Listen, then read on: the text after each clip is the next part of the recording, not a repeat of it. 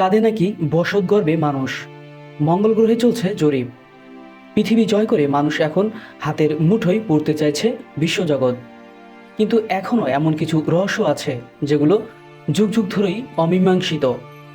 আবার কোনোটার মীমাংসা হয়ে গেলেও কিছু লোক সমাধান মানতে নারাজ। তবে এমনও কিছু জিনিস রয়েছে আমাদের পৃথিবীতে যেগুলো অনেক অনেক বছর আগে হারিয়ে গেলেও এখনও তার কোনো সন্ধান মেলেনি। এমনই একটি হারিয়ে যাওয়া শহর আটলান্টিস। প্রায় 10 থেকে 11 হাজার বছর আগের কথা। প্রাচীন পৃথিবীতে আটলান্টিক মহাসাগরের মাঝখানে এক মহাদেশের অবস্থান ছিল। সহজ করে বলতে গেলে জিব্রাল্টার প্রণালীর পশ্চিমে ছিল মহাদেশটির অবস্থান, যার নাম আটলান্টিস। গ্রিক এ শব্দটির অর্থ হচ্ছে আটলান্টিসের দ্বীপ।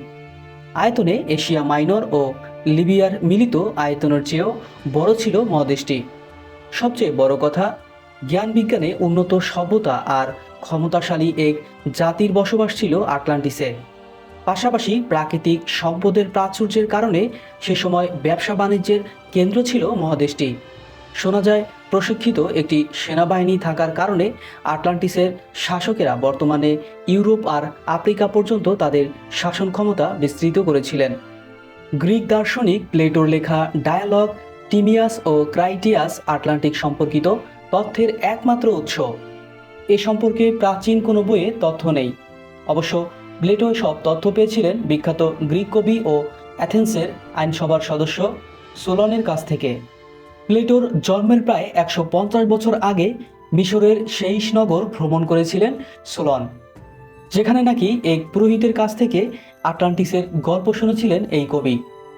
মিশরের সেই পুরোহিত নাকি তাকে মিশরের প্রাচীন এক মন্দিরে এই বিষয়ে লিখিত বিবরণও দেখিয়েছিলেন। সেখানে তিনি দেখেন প্রায় 9000 বছর আগে অ্যাথেন্সবাসী সম্মিলিতভাবে আটলান্টিসের শাসকদের আগ্রাসনের বিরুদ্ধে যুদ্ধ করে মিশর ও অ্যাথেন্স রক্ষা করেছিল। পুরোহিতের কাছ থেকে পাওয়া এসব তথ্য কবি সোলন তার নোটবইতে লিপিবদ্ধ করেছিলেন। সোলনের এই নোটবই পরিবারের হাত ঘুরে একসময় এসেছিল প্লেটোর হাতে, যেখান থেকেই আটলান্টিস সম্পর্কে লিখেছিলেন প্লেটো। সোলনের নোটবইয়ের উপর ভিত্তি করে প্লেটো তার বইয়ে লিখেছেন, পৃথিবীর শুরু থেকেই আটলান্টিসের অস্তিত্ব ছিল। অমর দেবতারা নিজেদের মধ্যে বিশ্বকে ভাগ করার সময় দেবতা পেসিডনের ভাগে পড়ে আটলান্টিস মহাদেশ।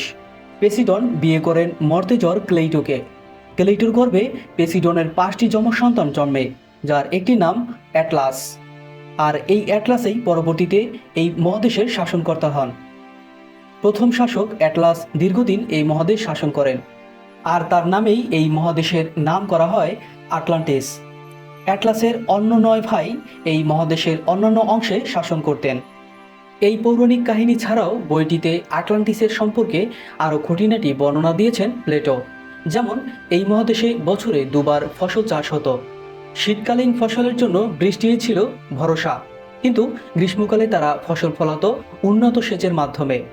এখানে পর্যাপ্ত ফসল ফলমূল উৎপাদন হতো, যেখানে হাতি ঘোড়াসহ নানান জীবজন্তু ছিল অবাধ বিচরণ। অরিকেল নামে এক অজানা ধাতু খনি থেকে উত্তোলন করা হতো। স্বর্ণের পরে ছিল অরিকেলের গুরুত্ব। আটলান্টিসে ছিল সুশিক্ষিত এক সেনাবাহিনী। কিন্তু হঠাৎ একদিন প্রবল ভূমিকম্প আর বন্যায় গভীর সমুদ্রে হারিয়ে যায় আটলান্টিস। এরকম আরও অনেক অবিশ্বাস্য সব তথ্য রয়েছে প্লেটোর উল্লেখিত এই বইয়ে। অন্য কারোর লেখা হলে এসব বিবরণকে স্রেফ গাঁজাখুরি বলে উড়িয়ে দেওয়া যেত, কিন্তু লেখক স্বয়ং সক্রেটিসের অন্যতম শিষ্য আর অ্যারিস্টলের গুরু মহামান্য প্লেটো, তাই বিষয়টিকে ধাপ্পাবাজি বলে বাতিল করা যাচ্ছে না। আগেই বলেছিলাম প্লেটোর বই ছিল আটলান্টিস সম্পর্কিত তথ্যের একমাত্র উৎস। মজার ব্যাপার হচ্ছে প্লেটো বই দুটিতে হঠাৎ করেই আটলান্টিসের গল্প অসম্পূর্ণ রেখেই থামিয়ে দিয়েছিলেন। তাতে এই মহাদেশ নিয়ে বিতর্কের সৃষ্টি হয়, জন্ম হয়েছে অনেক রহস্য। কেউ জানে না প্লেটো মহাদেশটির অস্তিত্ব সত্যি বিশ্বাস করতেন নাকি অন্য কিছু। অনেকে বলেন প্লেটো আটলান্টিসের অস্তিত্ব বিশ্বাস করতেন। তাদের যুক্তি, তা না হলে প্লেটো এ সম্পর্কে এত বিস্তারিত বর্ণনা দিতেন না। এদিকে অবিশ্বাসীরা এই যুক্তি বাতিল করে বলেন বিষয়টি শুধুই কল্পনা। যেহেতু প্লেটো গল্প বলেছেন, তাই সেটিকে তিনি ইচ্ছেমতো বড় করতে পারেন। তার মানে এই নয় যে আটলান্টিসের বাস্তবে অস্তিত্ব থাকতে হবে। এসব বিতর্ক ছাড়াও এ গল্পের সময়কালও অনেকের মনে সন্দেহের সৃষ্টি করেছে।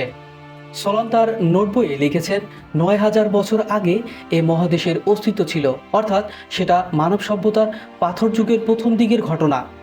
কিন্তু পাথর যুগের গল্পে বর্ণিত এরকম কৃষিকাজ, স্থাপত্য ও সমুদ্রজ্ঞান এক কথায় অসম্ভব। কিছু বিশেষজ্ঞদের মতে আসলে সোলন মিশরীয় সংখ্যা সংকেত বুঝতে ভুল করেছিলেন, কারণ মিশরে ১০০ থেকে ১,০০০ হিসেবে লেখা হয়। সেটি সত্য হলে সোলনের সময় থেকে আসলে ৯,০০০ বছর নয়, ৯০০ বছর আগে অস্তিত্ব ছিল আটলান্টিসের। এ সময়কালটা ছিল মধ্যবর্তী ব্রোঞ্জ যুগ। এ যুগে আটলান্টিসের বর্ণিত সবকিছু বাস্তবে সম্ভব। অবশ্য ৯০০ বছরের তত্ত্ব মেনে নিলে আটলান্টিক সমুদ্রগর্ভে ডুবে যাওয়া কিছু ভূপ্রাকৃতিক প্রমাণ পাওয়া যায়। কারণ গড়পড়তা প্রায় ১৫০০ খ্রিস্টপূর্ব আগে একটি বড় ধরনের অগ্ন্যুৎপাতের ফলে একটি দ্বীপের অর্ধেক সমুদ্রে ডুবে যাওয়ার প্রমাণ আছে। এই প্রমাণ হাতে নিয়ে গবেষকরা হারানো আটলান্টিসের খোঁজে চষে ফেলেছেন আটলান্টিক মহাসাগর। তবে সবই বৃথা। এখন পর্যন্ত এর টিকটিকিরও খোঁজ পাওয়া যায়নি। তবুও বিজ্ঞানীরা হাল না ছেড়ে এখনও সাগরতলে আটলান্টিস খুঁজে বেড়াচ্ছেন। তাদের বিশ্বাস, হারানো আটলান্টিস একদিন না একদিন তারা খুঁজে পাবেই। প্রিয় বন্ধুরা, আপনাদের সামনে এতক্ষণ আলোচনা করছিলাম হারানো শহর আটলান্টিসের কিছু জানা অজানা তথ্য। ভিডিওটি ভালো লাগলে শেয়ার করে দিবেন। আর এই চ্যানেলটিতে যদি আপনি নতুন হয়ে থাকেন তাহলে এই চ্যানেলটি সাবস্ক্রাইব করে রাখুন পরবর্তী ভিডিওগুলো সবার আগে পাওয়ার জন্য।